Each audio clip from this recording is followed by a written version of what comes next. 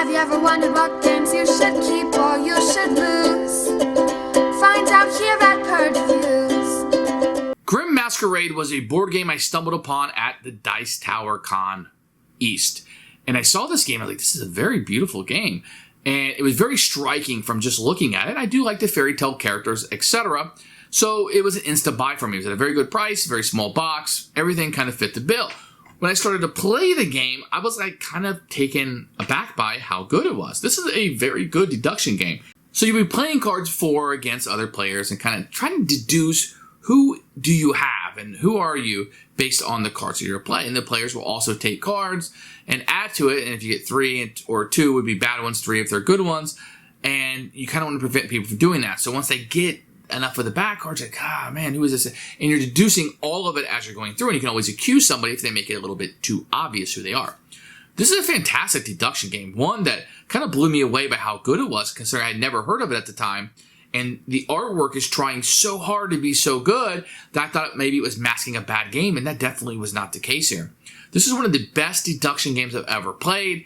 I don't normally like the games produced by this company, but this is far and away the best game they've ever produced.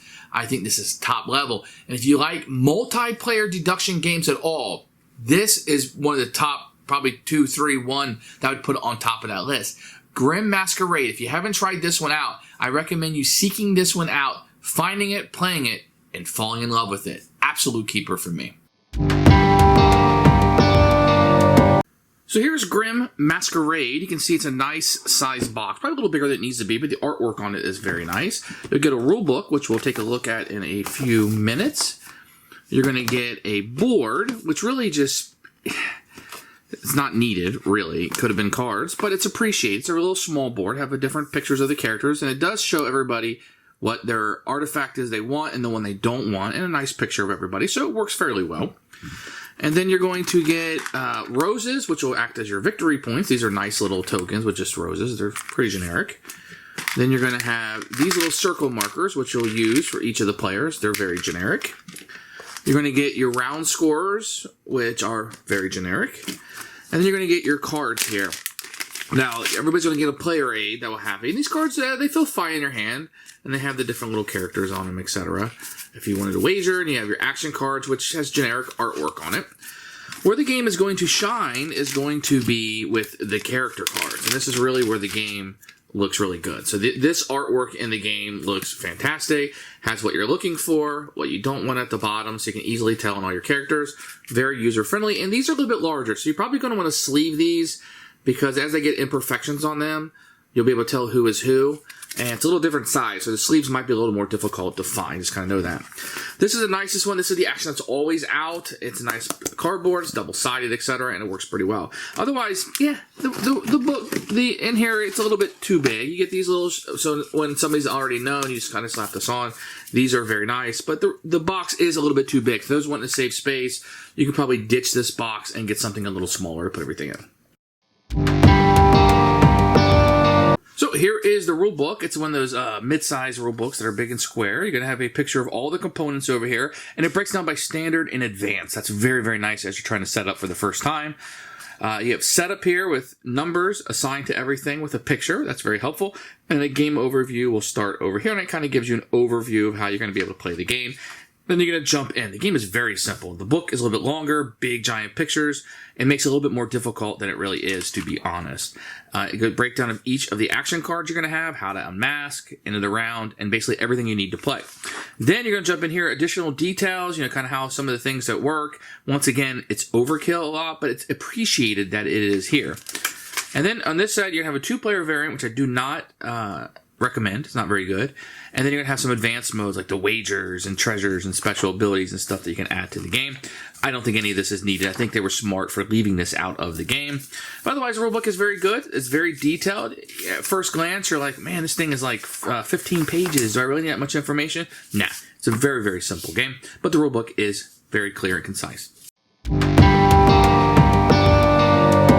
So the player board we put out, and everybody will get a character that is secret to them. So if I'm Sleeping Beauty, I know this and nobody else does. And it has an artifact. I'm trying to collect 3 of these and not collect 2 of these. So if I collect all 3 of these, I win the round.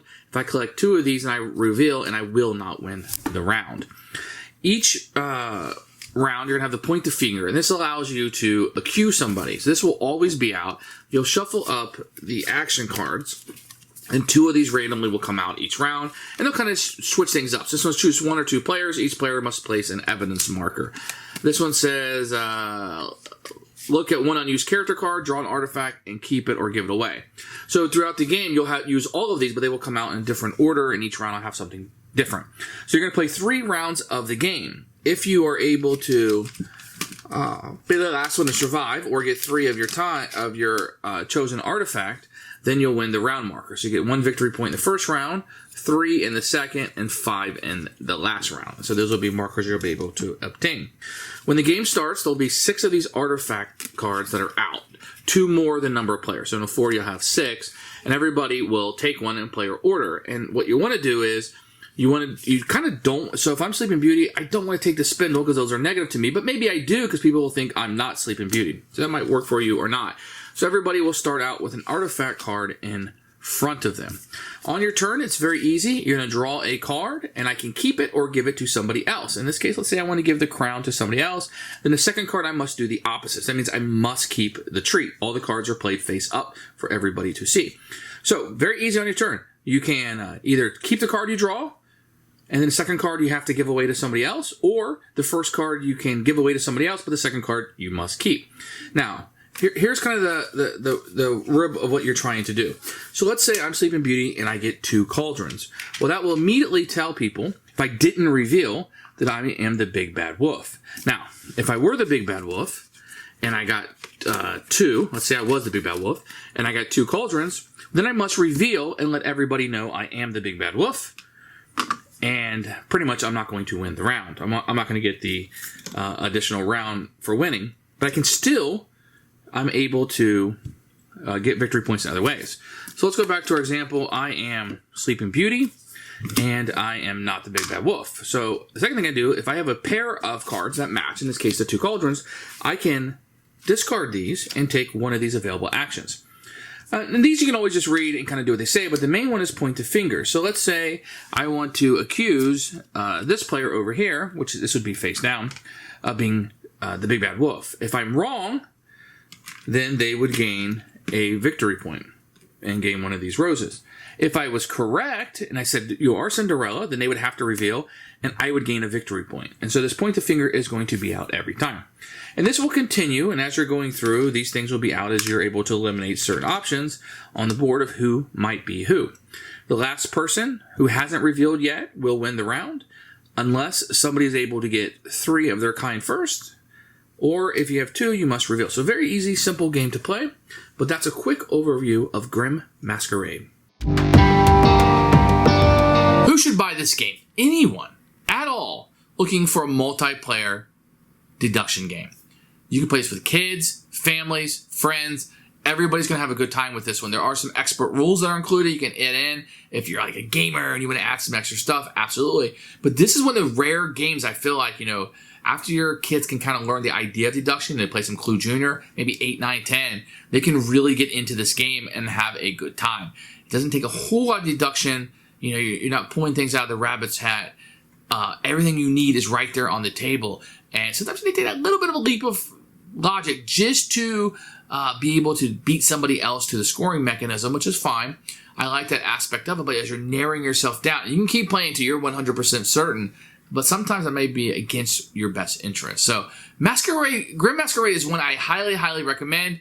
Best game produced by this company, and one I think you're missing out on if you haven't played it. Highly recommend this one.